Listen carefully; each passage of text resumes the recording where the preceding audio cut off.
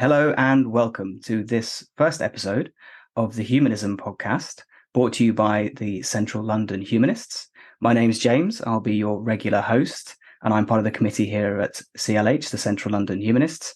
And I'm joined by who's going to be my regular co-host slash primary guest, AJ, also a member of the Central London Humanists. Hi, James. Great. So you're probably thinking, why on earth would we start yet another podcast out there?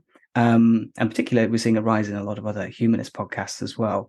So, AJ, why do you think it's important to have a humanism podcast, and why were you keen to be involved? Thanks, James. Yeah, well, I think it was a great idea that you suggested it initially a few months ago when we discussed it. And also from our experience of being organisers on the ground in London and also further afield, talking to people on the street, people sort of who are in the kind of humanism, faith and belief space, and also people who aren't, there's a lack of knowledge really about humanism. You think sort of depending on the numbers in the UK, maybe sort of it's in hundreds of thousands. Essentially, membership of Humanists UK, the main national charity, is 100,000 members and supporters, depending on how you slice it. So we think there's a big, height yet to be reached in terms of the ceiling of where we can go with advocating humanism, explaining what it is, both in terms of evidence-based science and relevance to many of the discussions going on in current affairs today, misinformation, but also morality in the post-truth world in so many ways, spirituality, being spiritual but not religious. So in so many of these ways, I think, and we both agree, humanism provides a framework that not only for people in the UK and the West, but globally, to navigate the challenges of the 21st century. So it's a very broad potential scope, but let's see where we go. Yeah, I agree. I think I've been involved with our group now for about 2 years. And I think, like most people, I came to humanism maybe about 5 or 6 years ago and had that realization of, oh, this is what I am, once you learn what it's about. And we're really hoping to cover in a bit more detail over the coming weeks, what humanism is, what humanist stances might be on various political or ethical issues. But I agree. I think part of the reason for starting this is, one, to highlight a lot of the initiatives that are happening. I mean, I've been overwhelmed by everything that Humanist International does, Humanists UK, and even our own group. There's so much going on that I think people aren't aware about. But also, I think, as you mentioned, that so many of the major topics and discussions that are happening in the world at the moment, humanism has a lot to say. And I think humanism can help navigate some of these more tricky issues. So it's possibly never been a more important time to learn about it and maybe identify yourself as, I'm a humanist and this is what I believe. Yeah, and having a regular and the podcast format is so popular now, and I'm a voracious consumer of podcasts. I mean, I also love reading, and I love the old school methods as well. But having a podcast that you can listen to the audio or also the video as well, easily bring in global guests and guests from a variety of backgrounds, and just have a regular digest of here's what, both for our existing members, supporters who are part of the humanist movement, because there's a coherence that needs to be achieved there, I think, as well, to stop, to kind of keep people abreast of what's happening. As you say, even for us, it's just really sometimes quite manic to try and keep on top of everything. People in the movement, keeping them in sync and abreast of, again, maybe not all of the events, but at least what we feel through our network and through our committee and through our colleagues who work in various humanist groups at various levels, keeping us all abreast about what's happening on the one hand. And on the other hand, being a visible beacon for other people. I mean, we know, looking at various census statistics and data in the UK, that very, very large percentages of the population, depending on the age demographics, from 40 to 70% or more, depending on which age cohort you look at, have broadly humanist aligned views. but they're not active in the movement. I mean, okay, it doesn't have to be. We're not saying we're the best movement or Humanists UK or Central London Humanists. It doesn't matter. But any kind of humanist local group, affiliated or not, to the official humanist movements globally, it doesn't matter. But then don't seem to be active. They seem to be expressing private views, which are not really translating into tackling the challenges that we have. For example, in the UK, a Christian background and tradition that is a bit more than a tradition and actually is intruding onto the everyday lives, policy making, affecting people in an unfair way as compared to other faith and belief systems. For that to be challenged and tackled, the kind of none of the above mass that's quite quiet needs to be reached out to and maybe prompted and stimulated a bit to be more active. So having that regular digest is something that I'm looking forward to as part of being an organizer and a participant, and involvement with this podcast is it will kind of maybe force me to streamline my thinking and get into the habit of paying more attention to humanist sources than maybe I do already, which is certainly not enough. Yeah, that's great. And I think that's definitely part of the aim, is to encourage more people to identify and proactively engage with the movement. And maybe we can discuss going forward whether we think calling humanism a movement is the right attitude, I suppose. How should we be involved? What should we be campaigning for, or how should we encourage more people to join us and sort of form the debate? So, yeah, I think really what we're thinking to do, and we're open as well to user feedback, but our aim each week is to have a discussion around some of the key topics that are happening in the world, the key themes, highlight some of the major events that are going on. As mentioned, we're both based in London, so we'll have a bit of a bias towards our local events, but happy to highlight humanist and secular events all around the world. Also, have some interviews with guests and bring forward some voices, not just from our own group, but from, again, particularly Humanist International, Humanist UK, and anyone really who's active in this space. And I think those personal stories are really important. So given this is our first episode and people are getting to know us still, AJ, it'd be great to find out a bit about your background, what led you to humanism, and your role currently within the movement. Yeah, it's not a simple story, I have to say. But I suppose the more you dig into some people's stories, there's always going to be fascinating nuances.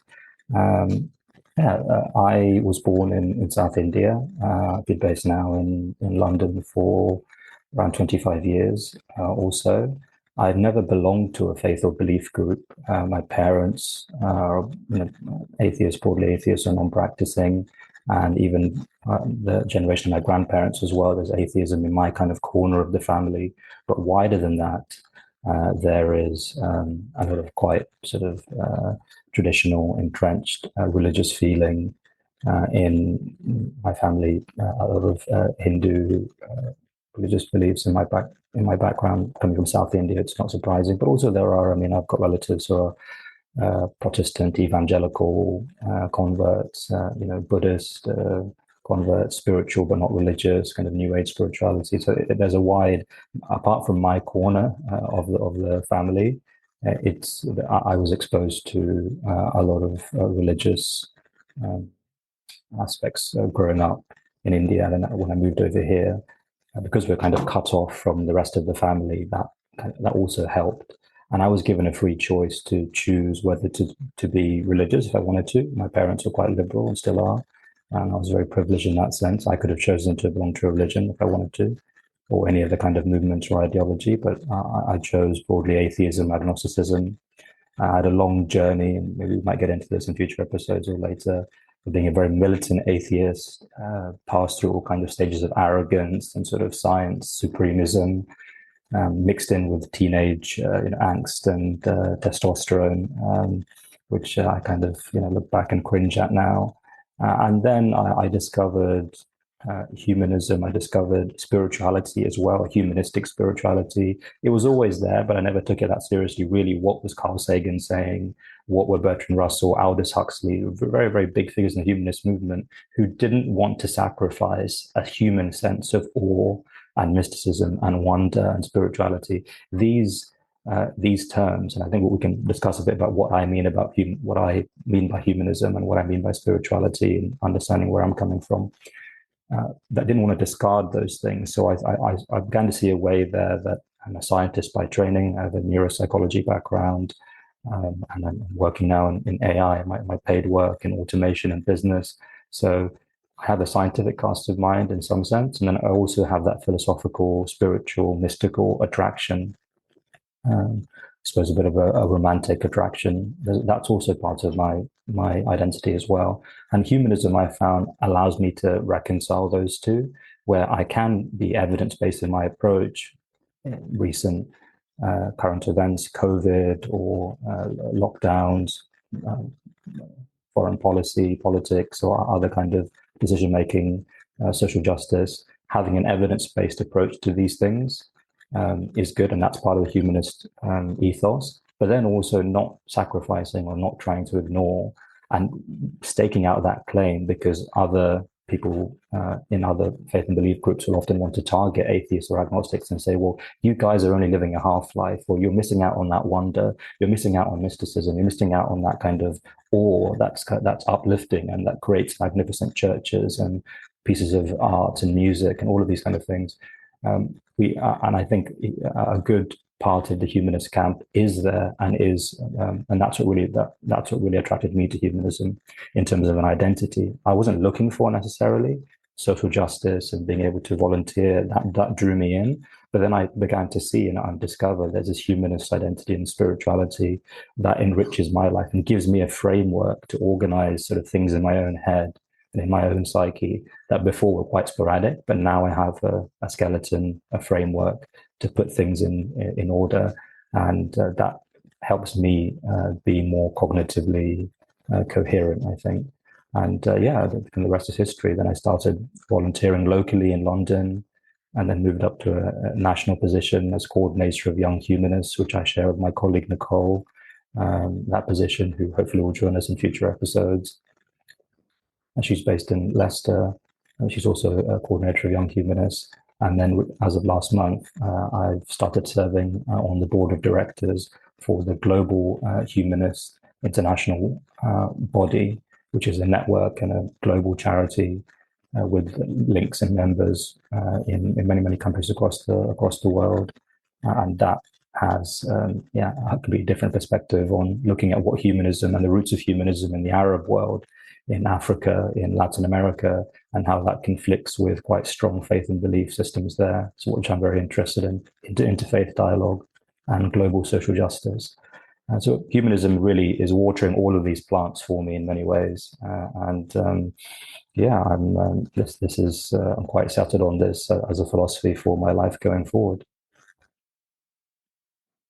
Yeah, that's great. And I think you can probably understand, listener, why we've invited AJ to be our regular contributor here, given all the things that he's involved with across the world. But I think one thing that might surprise people from what you said is the way in which you get a spiritual fulfillment from humanism. And, one thing we hear a lot nowadays is people say, I'm spiritual, not religious. But I think most people would draw a distinction between being spiritual and being atheist / agnostic. So what does it mean for you to be a spiritual humanist? Yeah, that's a key question. And also, what does it mean for me to be a humanist? I think I should also address that.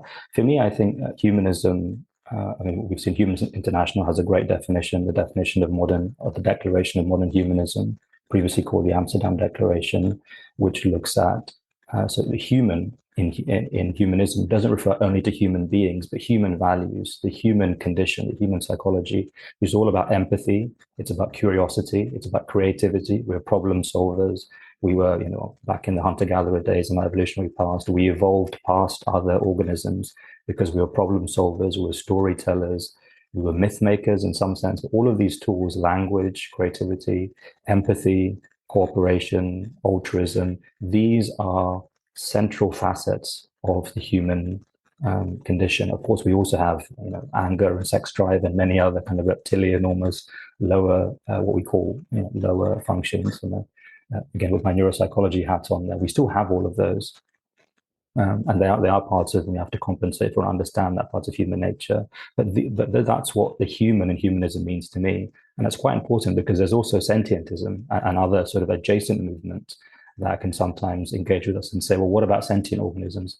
So it's not only focusing on humans, it's extending human values and prioritizing human values to everything we see around us, the cosmos, as Carl Sagan may say, everything that is, that was, or ever will be, including all of the natural world, our other planets, our space, environment, obviously our ecology and flora and fauna here. So engaging with all of those in a democratic, evidence-based way that shows care and concern and empathy for other sentient beings is for me what humanism means. Spirituality, the way that I define it, it's nothing really to do with spiritism or contacting the dead or astrology. Spirituality for me, I look at it in terms of the idiom, the spirit of the law. If we consider the letter of the law, okay, he goes by the letter of the law, or she goes by the letter of the law. That means that they have a very superficial reading of, okay, whatever is there, I'll just take it on the outside. I'll look at the skin of the fruit. But for me, the spirit and spirituality is looking beyond. What is the inner meaning? Let's look beyond the outer. As Rumi, one of the great influences in my life, might say, we have to take the fruit inside, not the skin.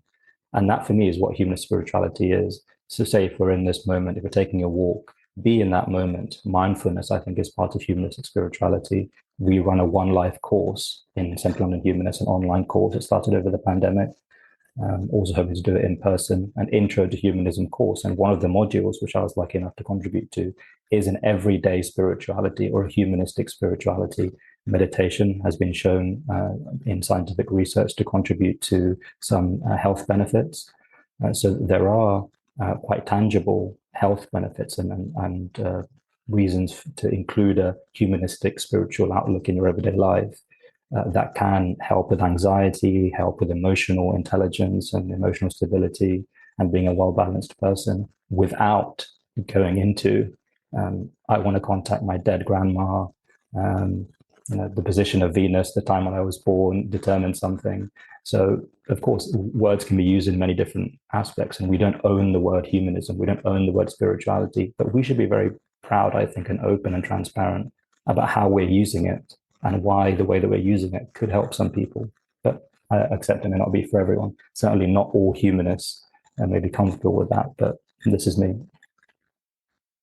Yeah, that's great. And I think you touched on a really important point there, that humanism, much like spirituality, can be quite a personal thing. And that there are definitions out there.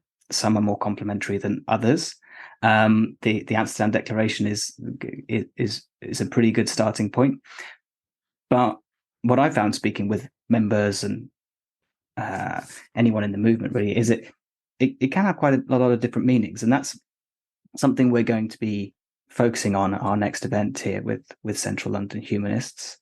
And AJ, you're going to be one of our speakers, I think at that as well, focusing on what does humanism mean on an individual level. So that will be on this September the 18th, Monday evening at the Old Diorama Art Centre in Central London. We're going to be hosting a panel of our members from a very diverse set of backgrounds who've come to humanism for a variety of different reasons, sharing their experiences and why that's what they call themselves and what it means to them. Yeah, I'm looking forward to it, and it's especially like you say, it's kind of a stereotype and an old joke. If you have 3 humanists in a room, you have 5 opinions, including on what actually humanism is, which is fine. And I think, and I've always said this, in some ways we are trying to have our cake and eat it, and maybe that's not unique to the humanist movement or belief system and it's by itself. Many other organizations, movements, systems, ideologies have to also confront this. And the larger you get, And the more people, by that definition, enter the fray, then too many cooks spoil the broth, and they all want to have their opinions, which is good, and especially as a movement that values individual expression, creativity, freedom of speech, freedom of expression, freedom of thought, and without having doctrines, and especially like apostasy or imposed penalties for leaving or the movement, and like many other belief systems have. Humanism says we have none of that. But we do want to try and have some coherence, just for people who find us for the first time. It's confusing if you have 20 different definitions of humanism. So the Declaration of Modern Humanism and other declarations, and many groups have their own definitions, but what we can abstract and distill out of them is something that's very, very core. Humanist UK has think for yourself, act for everyone, for example. There's many ways to express it, just like in Christianity or Islam. There's no one fundamental. They may say God is one or something, but there's many 10, 15 different ideas and concepts that capture many different aspects of their belief system. And it's the same with humanism. So, and having our members, I mean, in some sense, sort of me talking is sort of is not nothing greatly new, or may not be very interesting to the average person, because I'm kind of already in the movement and maybe I'm a bit bureaucratic. I use certain jargon, but hearing our sort of everyday ordinary members, some who just come to a social, some who just come to our book group, some who just come for walks, and they have a very different way to engage with humanism, and they have a very different concept of it. Hearing them speak is always great, and we try and have one of these at least a year.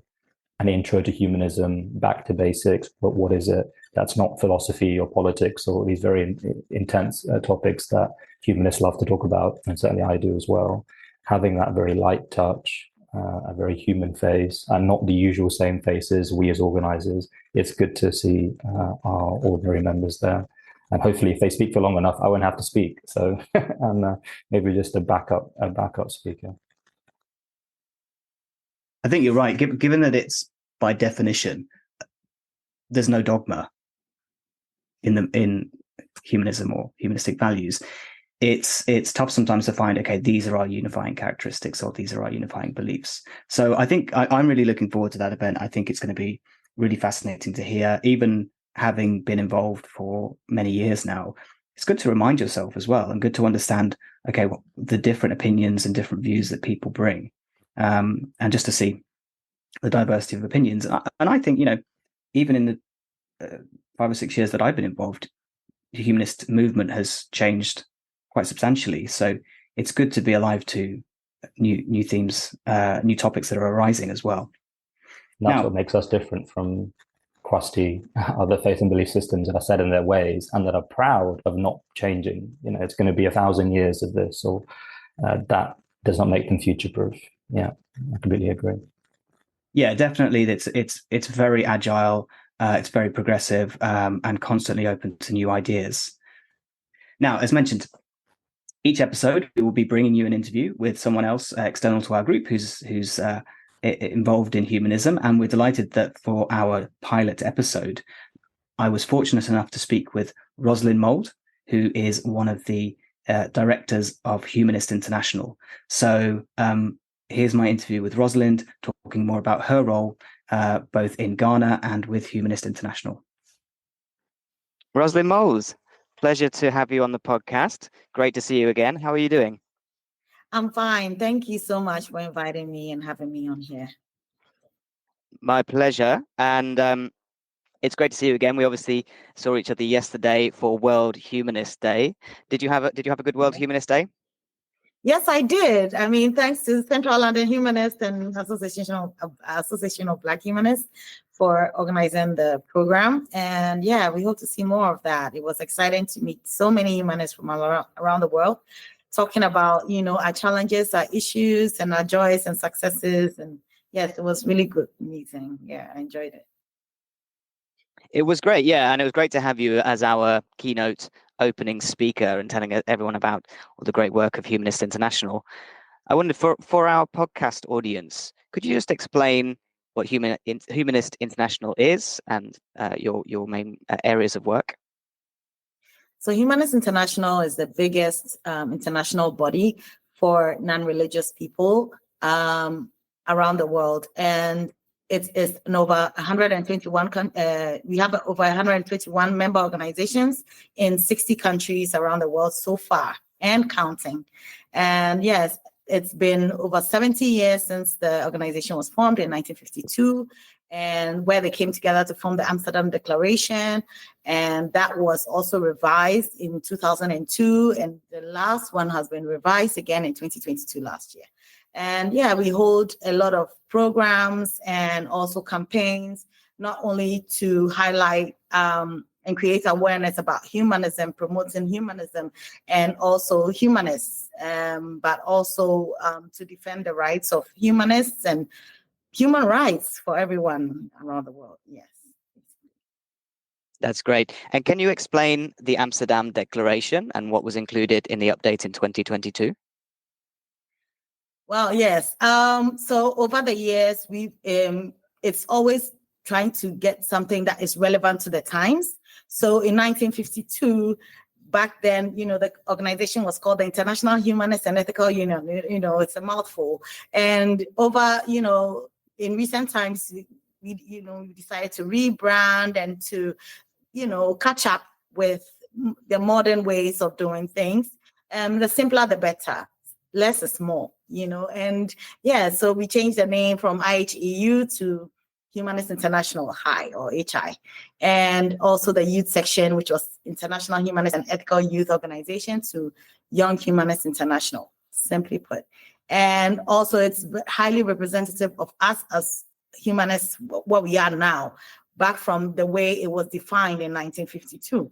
And what we did was to add to the Amsterdam Declaration, what it was in 2002, to add to that, to how we're beginning to view issues, social issues. When it comes to race, when it comes to gender, when it comes to sexual orientation, all those inclusive ideas and ideas of diversity were added to it.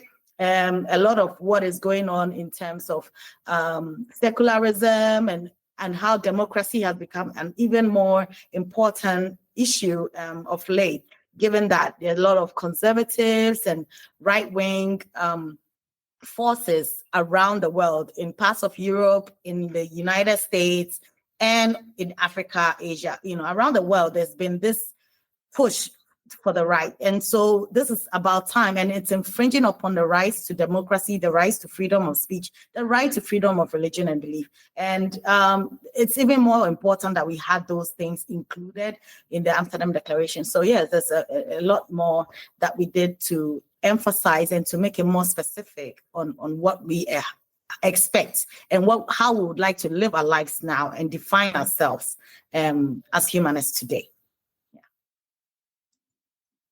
Fantastic. And what are your main campaigns at Humanist International currently? Humanist International has been doing so much work. Way before I became board member, the previous boards, I'm always going to be proud of them for what they've done and built for us as a foundation for us to continue now. And now there's so much we are even doing than ever before. Not only, I mentioned about membership, but membership has really increased, and we intend to even increase it further, especially for countries where it's not really free. You don't feel free to come out or to live your life as a humanist. We believe that there's a humanist everywhere in the world. It's just a matter of trying to let them know that there's an international community where they can be part of. So we are working a lot on membership. We also have the Freedom of Thought report, which has become such an important document. It just started as an idea by one of our staff members, in 2012, I believe. And today it's, the United Nations, the governments of the United States, the UK, Netherlands, so many other countries are now looking to that report as the source of data when it comes to freedom of religion and belief, especially for non-religious people around the world. So it's become something that we look up to, and we want to continue on that path, and we want to encourage people to contribute to the report so that we get more accurate figures and data information on what's going on in each country around the world. regardless of whether it's highly religious or not, and to know what level that people get to enjoy their freedom of religion and belief. So we are working more on that, and we continue to launch it every year around November.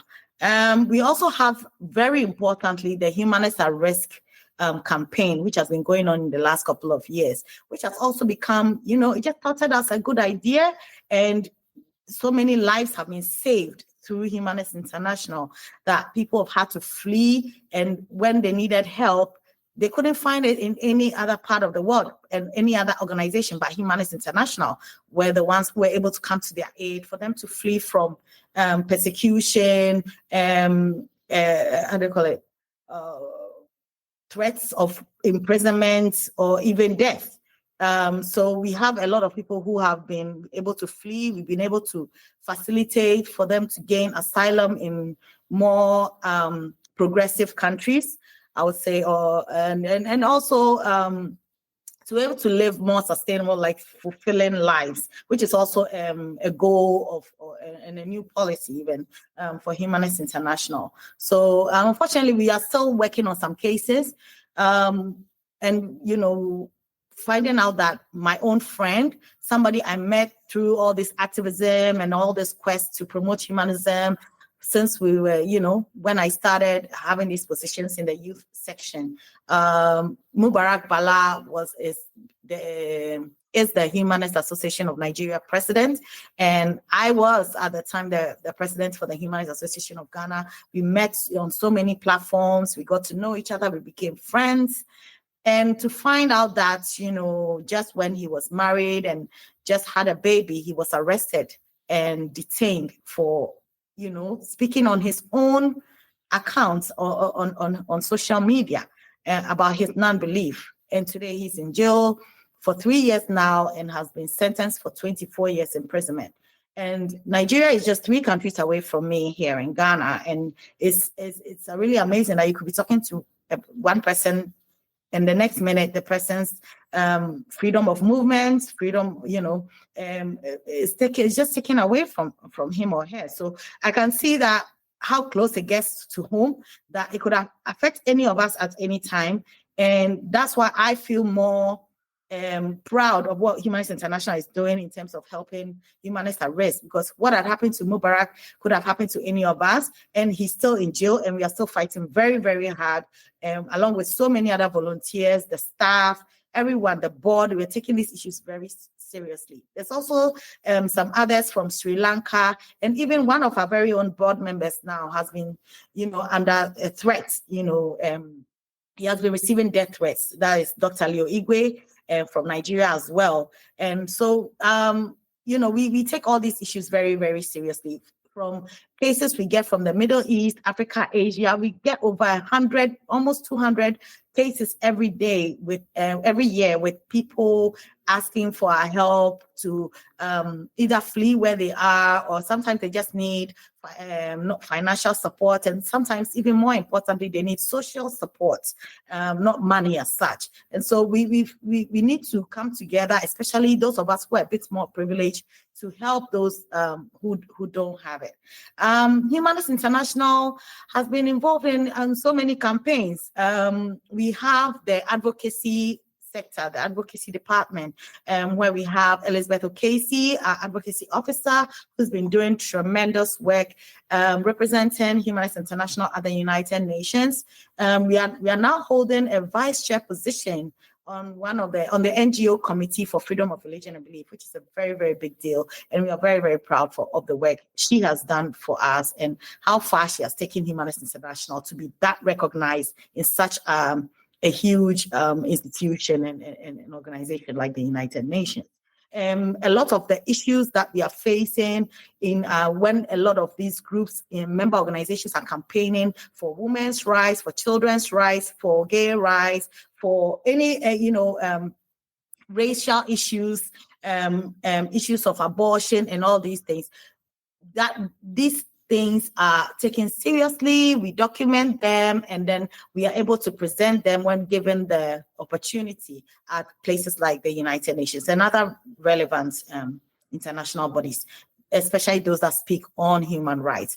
So yes, we've been doing a lot of work there, and to know that your country, your member organization, your voice is being heard across the world, at state level, with all these representatives of the various governments around the world are hearing what is actually going on the ground. So I also commend not just the staff and the board, but especially to our members and our member organizations. And we encourage people to come and join. If you're starting a small group, Central London Humanists, the Association of Black Humanists, they're all in the UK, but they're all doing something special here and there. And we encourage them, more people to form local groups. You could even have groups in your school or, in your community or something. And then, join with Humanist International. We need more minds that come together, more like-minded people like us. The more we can do better.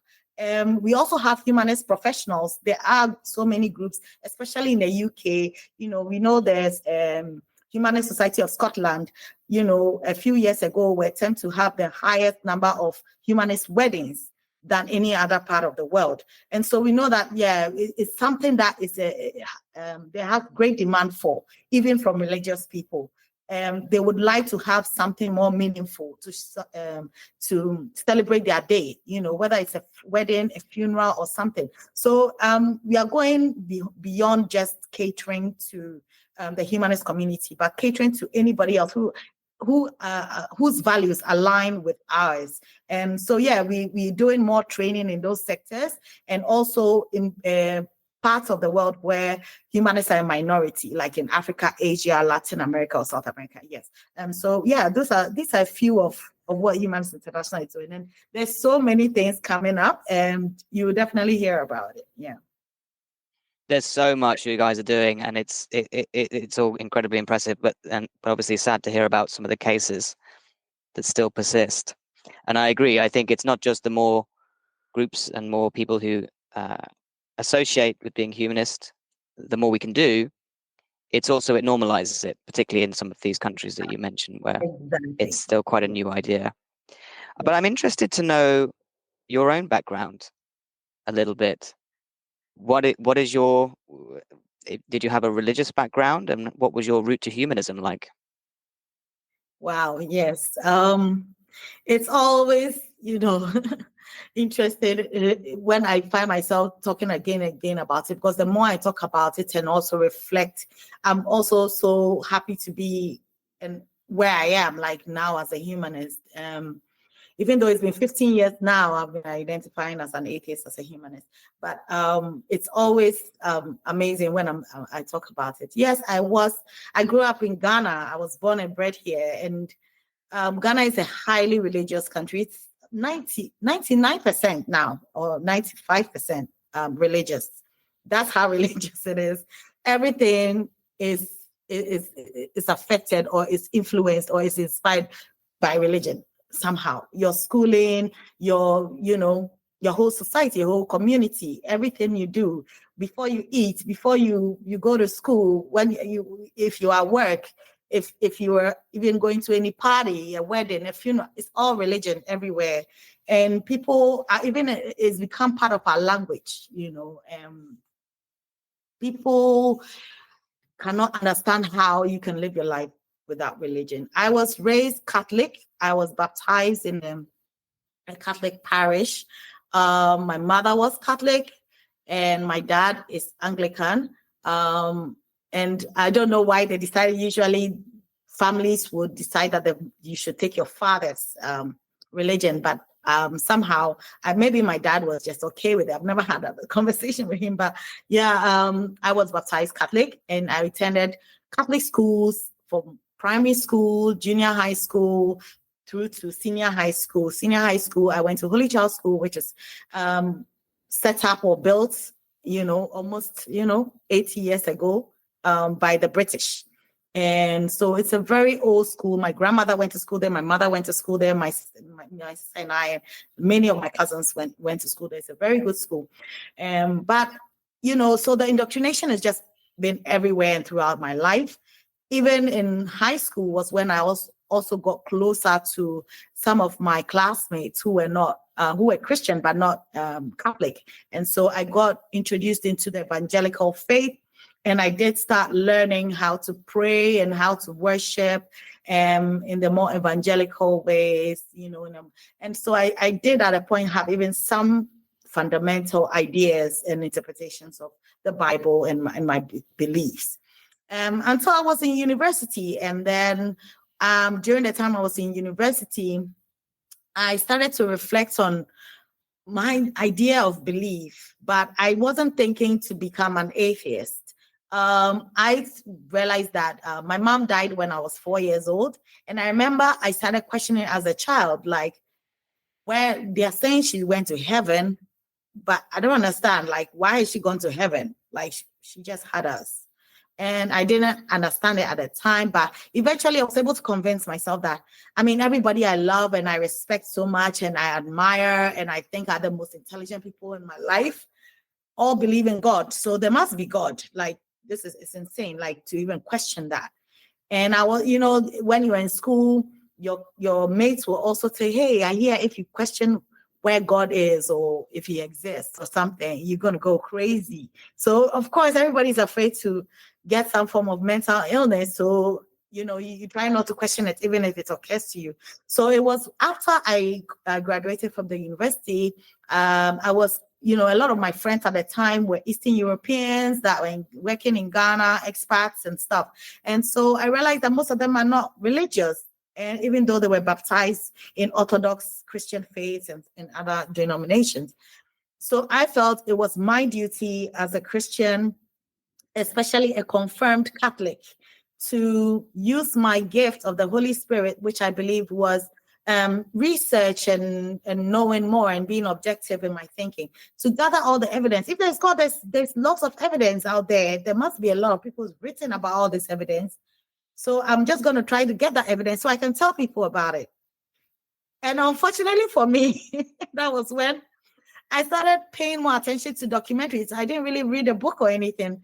I didn't know about Richard Dawkins or any of these other writers, but I was just paying more attention to history lessons or history programs, from especially when Christ's time or Jewish history or other religions, and paying attention to scientific understanding of how life came to be and all that. And that was just totally contradictory to what I have grown to know, even though I'm educated. I wasn't really, evolution and all those things were not emphasized in school. So I was, I was really, really shocked. I went through I think all the stages of grief, thinking about, oh my God, I can't believe this. Goodness me.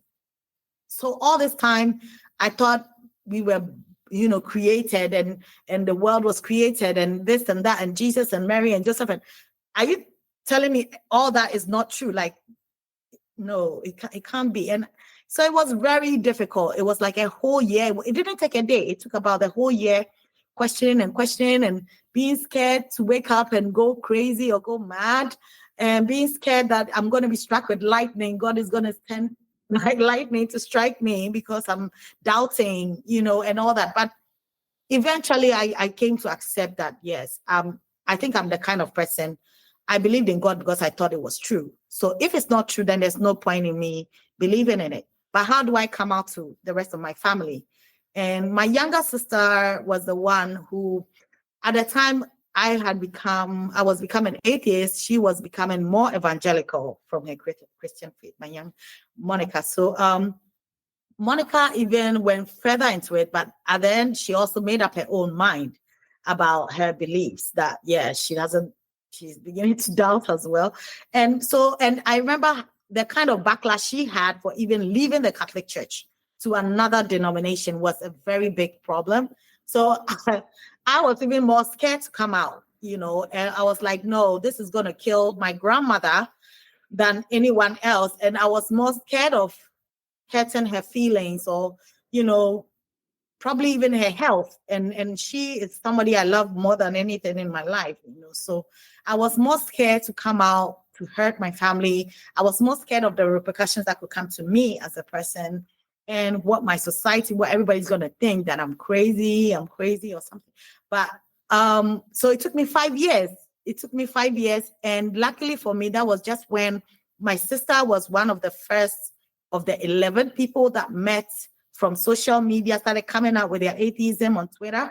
And then they met in person. And she was like, Ross, you have to come see this. You would not believe it. We are not alone. We are not alone. There are other Ghanaians like us. And I was like, what? And they're like, yeah. And I go to the meeting, and meeting after meeting, I even met one British guy who had lived in Ghana for about 9 years at that time, who helped to, encourage us to organize, because he was a member of Humanists UK. So he gave us the idea that, you can organize, right? You don't have to just meet. You can come together and form something that could mean something to you guys and to Ghana. And yeah, that's how it started. And so Humanists International at the time heard about us, and that there was this young crop of Ghanaians that were coming together and meeting regularly. And so they wanted to support us to organize the first conference in 2012, just a few months after we started meeting. And the meeting was very highly successful. We had humanists that was the first time I met Dr. Leo Igwe. Leo Igwe was then doing his PhD from a German university. He was doing a thesis on witchcraft accusations in Ghana. And so, yeah, we got to meet him. We got to meet people from Nigeria, other people from Nigeria, from Sierra Leone, from Liberia. And by the end of the 2-3 day conference, I was like amazed that not only am I not alone as a Ghanaian, but there are other Africans like myself who do not believe, and they all came from different ways. And so I was like, yeah, I have a community. I'm safe. I know I'm not crazy. So I can come out. And that was my coming out story that I eventually started coming out. I stopped pretending to be Christian. When they asked me, why are you not going to church? Because I don't believe in God. And I could just say it out like that. And if it wasn't for the organization like, Humanist International, Young Humanist International, if it wasn't for my fellow other Africans coming around me, some still closeted, but at least knowing that they've got my back, that I have people I can talk to, that I have people I can share with, I would not have been able to come out. And from there, I was able to come out and now and get so many positions. Since 2014, I've been elected for so many positions in the youth section, and now twice elected as the first African woman board member at Humanists International. Yeah. And congratulations on that. So what is it like being openly humanist in Ghana today? It sounds like it's becoming more accepted, more common than when you were growing up. Yes, it's not easy. I'm sorry. It's not like my life is like, I'm so happy and everything is lovely. No, it's not easy at all. Still, I would say that meeting other African or other Ghanaian humanists and hearing their journeys, their stories, I realize that I'm even more privileged. Some are more privileged than me and are freer, but I'm also a lot more privileged than a lot of us. A lot of people have to pretend they are going to church or something just to come to our meetings. Like a lot of people cannot come out to their own parents for fear of being thrown out of their house and things like that. A lot of discrimination goes on. People don't trust you. And I faced that a lot. I felt it because I started losing friends. A lot of people just didn't want to associate with me, or they wouldn't want to, come close to me because of all this idea that if you are not for God, you are against God. And for them, that's a very dangerous person who, if you're not for God. And so, and they don't trust your morality. They don't trust your ethics. So, we have a lot of superstition in this part of the world, that you could cause illness to somebody if you're of the devil or if you're satanic. And if you're not of God, it's like Satan is the direct opposite. If you don't believe in God, then you must be a Satanist. There's no in between. There's no gray areas. There's no question about it. That's how most of us have been indoctrinated. And I used to be one of them. So that's why I even understand it. But how do I navigate through this country, And finding jobs has not been easy, especially for me who is out there. And everyone knows I'm atheist, I'm feminist, I'm for gay rights. This is just not what people want to associate themselves with in Ghana. So it's really difficult, even to date, to find some, a partner or something. It's really, really difficult. Nobody wants to know you. Somebody might meet you and say they're in love with you, and this has not happened to me, but it's happened to a lot of people. I know where you can date somebody for years, and then when it comes to taking the next step, it becomes complicated, and the family is not going to allow their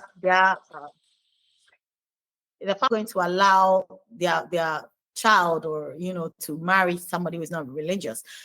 Sometimes they use the reason that they don't want their grandchildren to be non-religious. They don't want their grandchildren to be having thoughts. They want their children and their grandchildren to continue to live in the faith that they know. It's already difficult, especially if it's a Muslim. A lot of the Muslims, not all, but a lot of the Muslims would, even if you are Christian, you're supposed to change your religion. So when you are definitely non-religious, they can't trust you. What's your ethics like? Then how do you how do you become a good person? Like, because they believe that it's their Bible, it's their Quran, it's their beliefs and their faith and their even traditional worship that guides them on what to do and what not to do. So if you say you don't believe, then that means you have no compass on what is right and what is wrong. And so if you think about it that way, you understand why nobody wants to be close to you. People think you're going to infect them. People think you're going to either lead them astray from their faith. And it's written in the Bible that thou shalt not yoke with unbelievers. So some of them will coach you. Even finding speakers to some of our events, when they find out we are atheists, they don't want to have anything to do with us. Sometimes you even want to donate something or do some charity. Even the people who need the help, when they find out you are atheist, they don't want to take anything from you because they think it's tainted with some devilish thing, So it's not easy living in Ghana like that, for finding a job, going to school,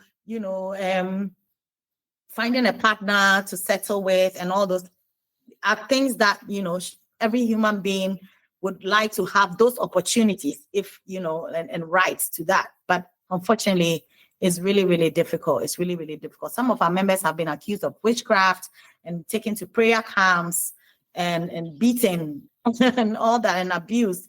Yeah, some people have been thrown out of their homes by their own families and things like that. And especially if you're not financially independent, I'm sorry, you're at the mercy of your family telling you that, well, if you believe in God, your life will be better. Especially if you're facing difficulties in any way, they will tell you that you have to go back to the church, you have to go back to the mosque before your life will become better. And so there's a lot of pressure with us in Ghana. Yes, so far, luckily, we haven't had any issues of death or imprisonment, but we are not, we see a lot of that push coming from the conservatives into our laws and our legislation that, it's coming, especially with this current anti-LGBT bill that we've been fighting. It is, and humanists in Ghana are all supporters of the LGBT community. And right now that bill is threatening to jail and imprison allies for up to 10 years. Especially for me, I'm one of the faces that is always on TV, radio, discussing these issues. So definitely I'll be one of the biggest targets when the bill is passed, but hopefully it's not passed. We are really fighting against it. Yeah, it's incredibly brave, everything that you're doing and the rest of the team there in Ghana to raise awareness of these issues. And hopefully, by the sounds of it, you're making life more tolerable and tolerant for the next generation. So thank you for everything, Roslyn.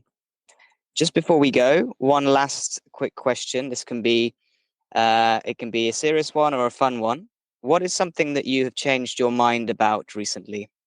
Wow. I've changed my mind about recently. No, yeah, definitely. I've been unlearning a lot of things.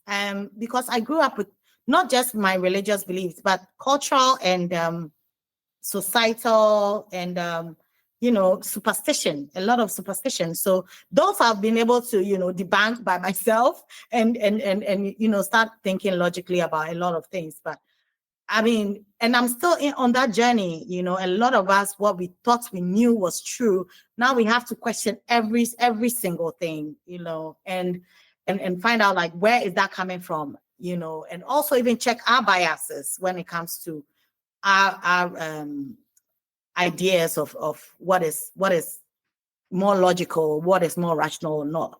So yes, nothing comes to mind or jumps to my mind right now, but definitely I know that there's been a lot of things that we keep unlearning. We have those aha moments, from time to time, like, wow, oh, I didn't know, like, things like that. And I think that's why it's more important that, for people who were brought up or grew up in parts of the world where you were not even indoctrinated, it's good to have conversations with them so that I also get to see that perspective, because there'll be things that I wouldn't understand where you are coming from.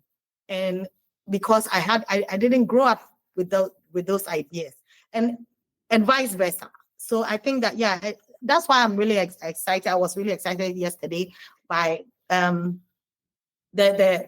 program we had, the event we had online yesterday, because listening to different perspectives, listening to what happens or caters to other people around the world is so important.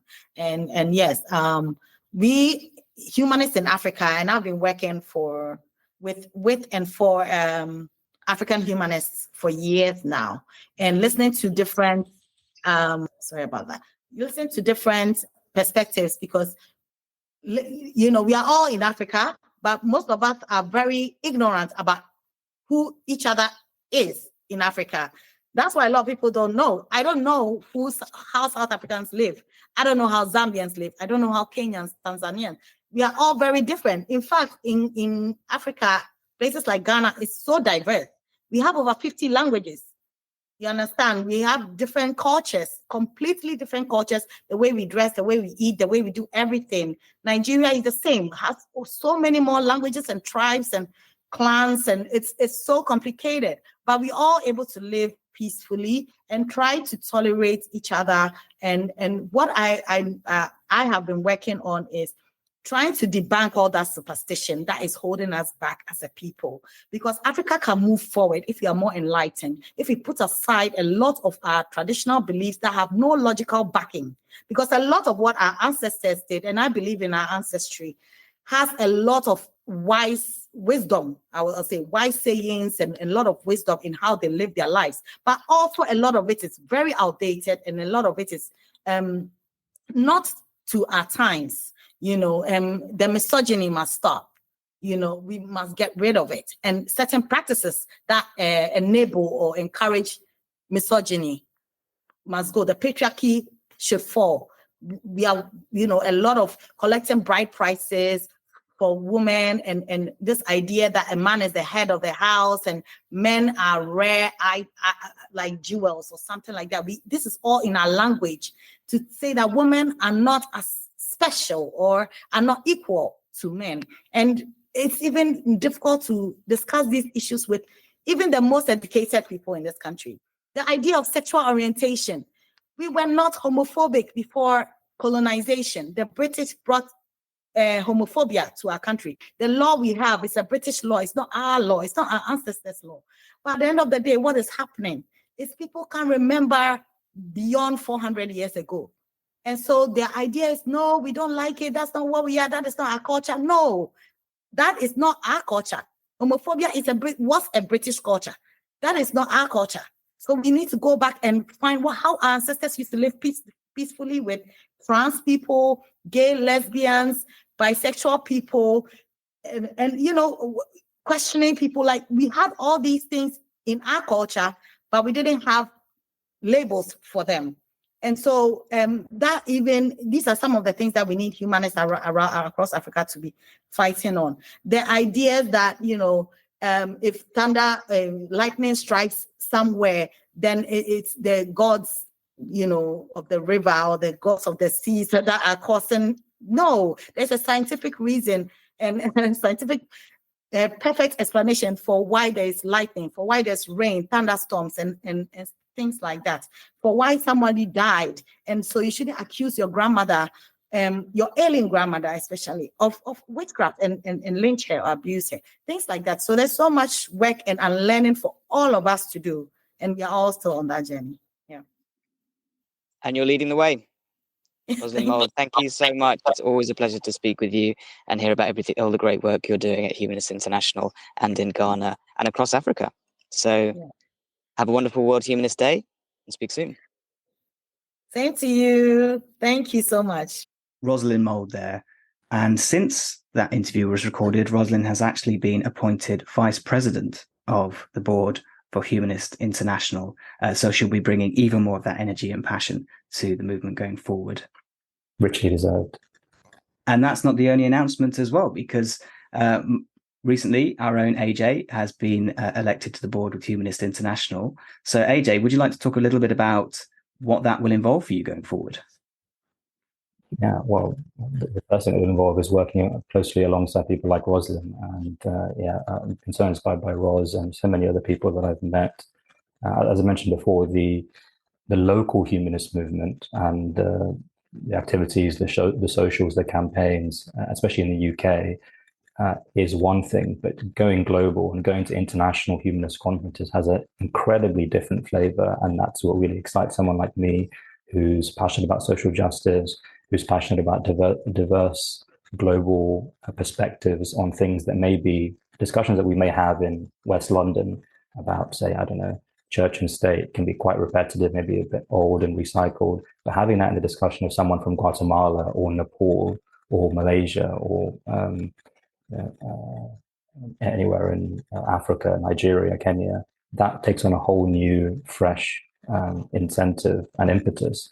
So that's what drove me to get involved with it when I was invited to join Humanist International or Humanist UK, attending a Humanist International event, because as part of me being a coordinator of Young Humanists, I was invited to Glasgow last year to the annual conference, global conference, and again this year, last month in Copenhagen, we had the annual congress of humanists globally, and Humanists International was a key organizing figure there.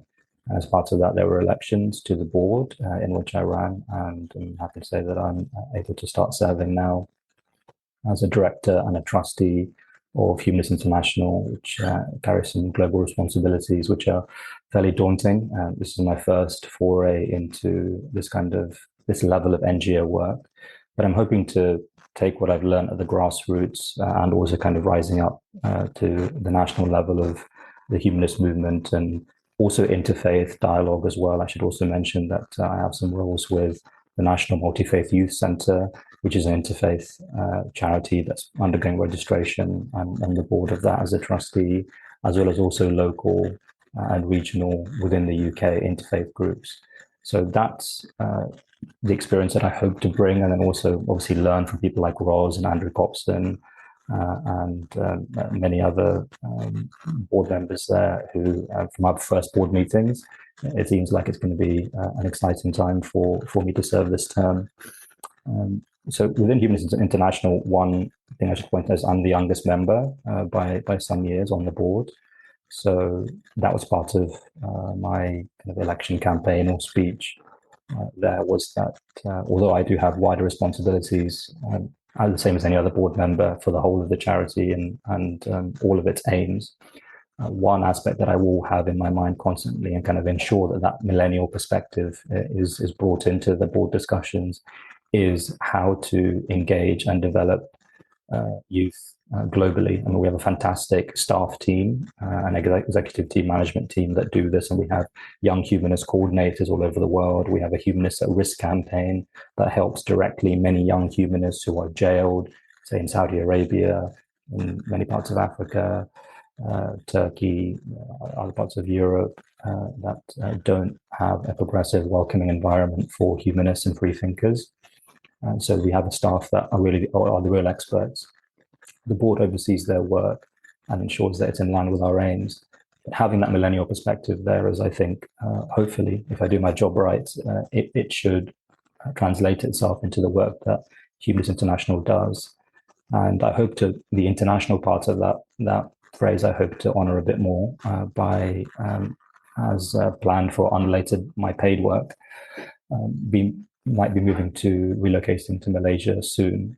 And as part of that, and there is a Malaysian Humanist Association that was brought up at the Copenhagen conference, but see if I can contribute to that and the interfaith and interfacing between humanism and a majority Muslim country there. I'm looking forward to, if everything goes to plan. So that as well, hopefully should give me a global perspective and not just a UK-centered perspective, which I think we've got quite a lot of on the board. There's a few UK members, me and Andrew Cobson, although he may be stepping down in due time. So it's important to have the European perspective, but it's not only that. And being born in India, coming from that whole world, and also now, if I'm based in Malaysia, as I'm hoping to be, I'm also hoping to carry on the same work that I've been doing in London over there. If only I can find as fantastic a group as Central London Humanists and the committee in Kuala Lumpur as I found in London, but we'll see. So that's some of the plans that I've got ahead for my work with HI. Well, I think it's reward for all the fantastic work that you've been doing, and many congratulations again, AJ, on that new role. And very much looking forward to hearing all about it in due course. No feedback here over the podcast, and of course at our events going forward.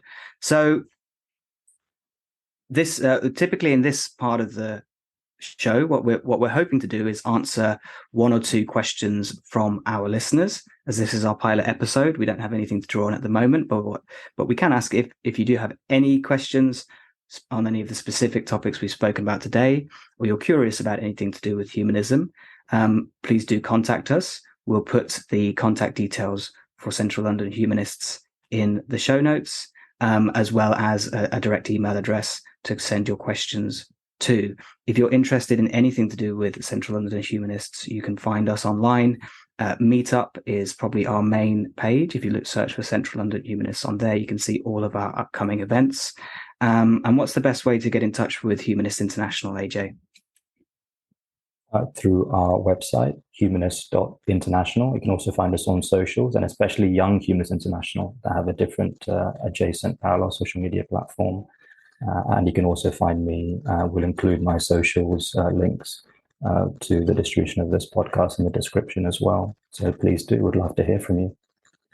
Yeah, and the Humanists International site as well has a comprehensive list of member groups. So wherever you are in the world, there is likely to be a local humanist group that you can join. And if you can't find one, like AJ was talking about in Kuala Lumpur, you can always start one and get signed up there as well. So with that, I think we've covered everything we wanted to for our first event. AJ, was there anything that we've missed or you'd like to bring up? I think that there was actually something in the program coming up about the Black Free Thought event that I'm quite excited about. We could tell the listeners about that. Yes. CLH are hosting. Yes, thank you. So our next event in September is actually going to be co-hosted with our sister group, the Association of Black Humanists, who cover the whole of the UK, having started in London. And it's going to be a talk chaired by one of our members, but also historian S.I. Martin. And we're delighted that we've got a guest speaker from the States, Professor Chris Cameron, to come and talk about the history of free thought in Black America throughout the decades. He's been a scholar on this topic for a long time, and we're delighted that he's going to be joining us in London. So that event will be on the 22nd of September. That's Friday evening in central London. And again, the best way to find information there is through the CLH meetup page or the Association of Black Humanists website and meetup page. Again, we'll post all of the details in the show notes. So that was our first pilot episode for this new Humanism podcast, brought to you by the Central London Humanists. AJ, thank you so much for your time. My pleasure. Thank you, James. Thank you, listener.